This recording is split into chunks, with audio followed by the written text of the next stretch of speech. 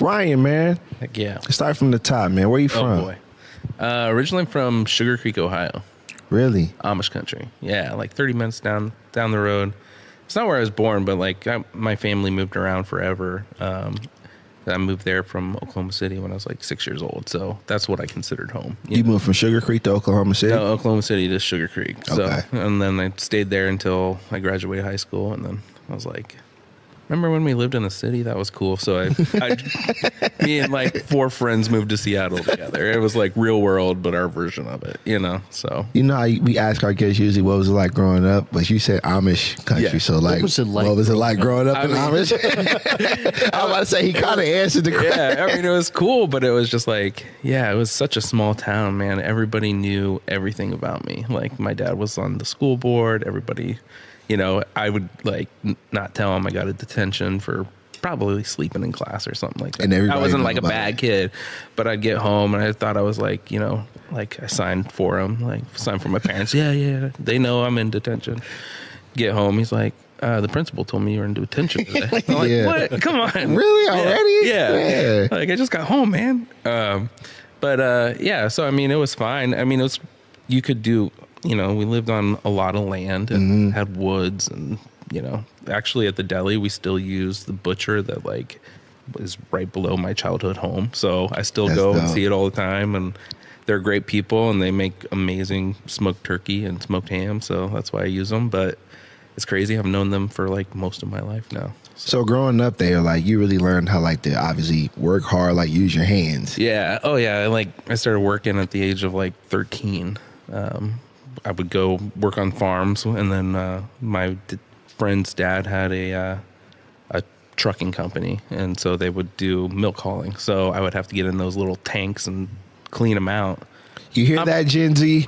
Working. I'm pretty sure I was breaking like child labor laws, but you know, at one point I was like in a puddle of water and I like touched the flashlight that You you gonna have see to, them commercials. Oh, If you worked in Amish country at 13, That's right. you might be entitled to a settlement. class action lawsuit. Man, that's what I need to start getting into. Yeah, Some yeah, class man. action lawsuit hustles. That's how I'm going to make my money. We opened another Finney's. That's right. Yeah, so I mean, I did that. It was great. Played outside like all the time. So it's crazy to me to like see my kids like, hey, you want to go jump on the trampoline? No. You know, We're like on the tablet, yeah, Dad. yeah. Like we enforced that screen time because like my childhood was amazing. I'm like they're like, Dad, what did you do? I was like, I threw a tennis ball against the garage for like 3 hours. They had a ball. Yeah, it's like, man, I know I sound old, but like that wasn't that long ago. You know, you just didn't have a screen in your And front I of your popped face. in my CD and we had a good time. right. You know what I'm saying? Well, in That John's case, discount. he popped in a cassette. Oh, whatever. No. Hey, Ryan is older than me, so I'm just playing. Yeah, I just turned 40. I'm Oh, feeling yeah. every bit of that. But I know those cassette tapes. They're coming back though. Thank you. Heck yeah. I might get a GNX cassette. You know, Jeremy graduated high school like last year, so like, you know. Not even. Nah, man. Last month. Yeah. So you said from Sugar Creek you moved to Seattle? Yeah, I moved to Seattle. That was kind of like my college experience. Like, just get away. Lived out there with some friends. I came back for a little bit, and then and my wife, not my wife then, my girlfriend, she was still in high school, so came back, and then we moved out there together. So I loved it. I just was grinding nonstop. Like, worked 2, sometimes 3 jobs just to make ends meet in Seattle. It was just so expensive.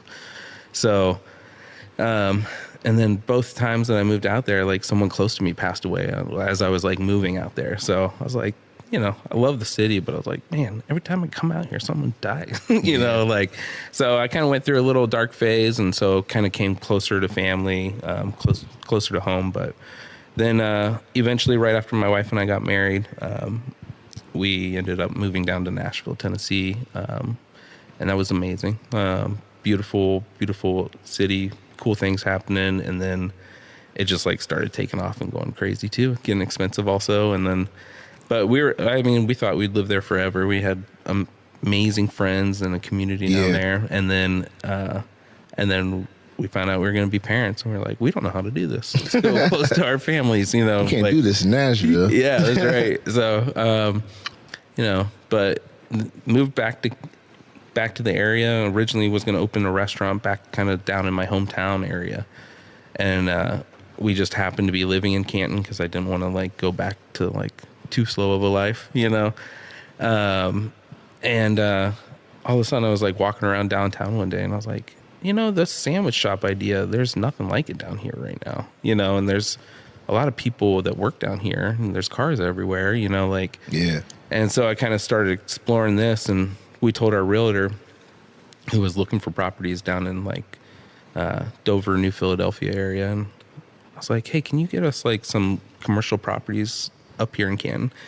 The next day she emailed me like 15 pages of commercial properties. And I was like, okay. And so had some reading to do. And all of a sudden we looked at, I think it was the next week, looked at the building that is the deli now. And we walked in. I was like, this is the one. It's a dope building, by the way. Thank you. It's been a lot of things, but yeah, we walked in and I was like, I can see exactly how I want this to be laid out. And so that was your first step into like business. Yeah. It was my first step into everything. I pulled all the permits as I was the general contractor myself. So, you know, we moved here. I didn't get a job. I just started working on that building right away. So Man. We thought we had saved up a lot of money, and then when you don't have a job, that a lot of money goes real quick in like 4 months. Yeah. So, but yeah, so I was ripping walls out. I was painting. You were doing that at 13, so. Yeah, and that's right. It was like just the old days. He was 9 years old tearing down walls and stuff. Right. So yeah, I never really did that before, and that kind of like, that was a whole new experience. We got the deli up and running. I've worked about everything in a restaurant at that point, just never actually owned a restaurant.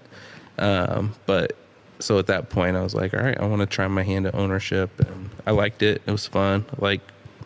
I still love working in the kitchen. I just don't get to do it as much. But how does that make you feel, like knowing that you're working for yourself, putting all that work in as a business owner, a successful business owner? Yeah, I mean, it just like anything, it can be great one day and terrible the next. But I mean, I think the biggest thing is for me, what kind of started to kind of click in was once I got past the like being terrified all the time. I was just always like, okay, what if it doesn't make it today? What if it doesn't make it today? What if, you know?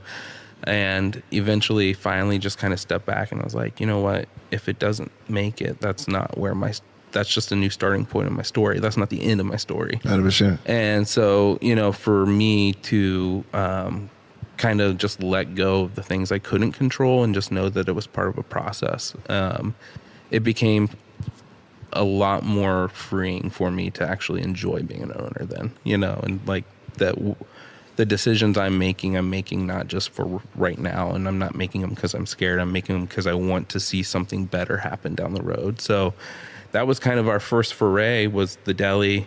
My wife owns her own business. She's a licensed massage therapist. She's one of very few in the like Northeast Ohio area doing what's called craniosacral massage. So, you know, even her, you know, she worked for chiropractors. She had a few different jobs, but even for her to take that step and like have her own office, and now she has an employee that works under her, and you know, she's constantly, people are like, oh, I need a massage. Can you get me in? And I'm like, she's booked out for like the next 5 months. Yeah, she's booked. Like, yeah, you got to get on those books quick.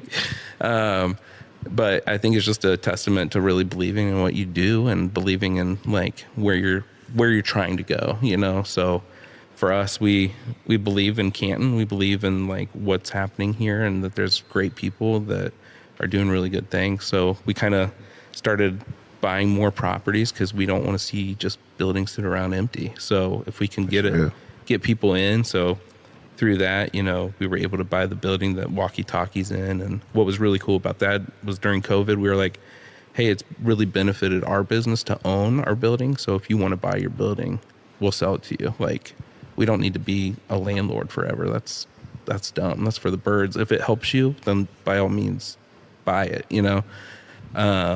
And so, yeah, we've been able to kind of, I mean, a lot of times people just need to have a conversation. It's not really like we're not doing anything magical for people. We're just like, yeah, we're able to it's required in reinvest in our community. And, you know, so like with Finney's even, it's like, I don't know how long that train will ride, but like, it's cool that like we're going to have a building that for I think that closed during COVID. It was the old LNS wig shop or something like that.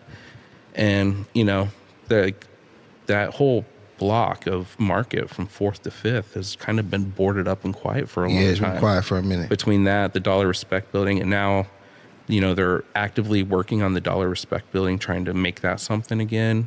Adam Hoover from Main Street Moderns down in that building on the corner, to be the northeast corner of that block. And man, he's going to make it nice and it's going to be sweet, but that's been boarded up since I moved to Canton. It has. Like, So- I finally been seeing, you said Main Street Modern? Main Street Modern. That's been the sign I've been seeing. Yeah. What exactly is that going to be?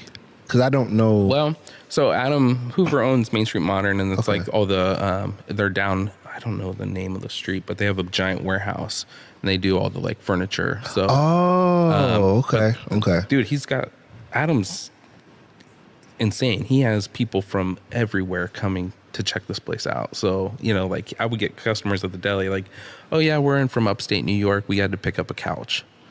I'm like, they don't have couches in That upstate couch New must York? be fire. Yeah, I know. I was like, I thought they had Yeah, man. couches in New York too. But yeah, like, yeah, he just has a following, brings people from all over. And so I don't know if he's, you know, that would be a question for him, but I haven't gotten to ask him yet. But I don't know if he's Yeah. moving it or if he's just going to have kind of second location. I know he's going to do some upholstery work and stuff like that. So, What but does- just so cool to see something there.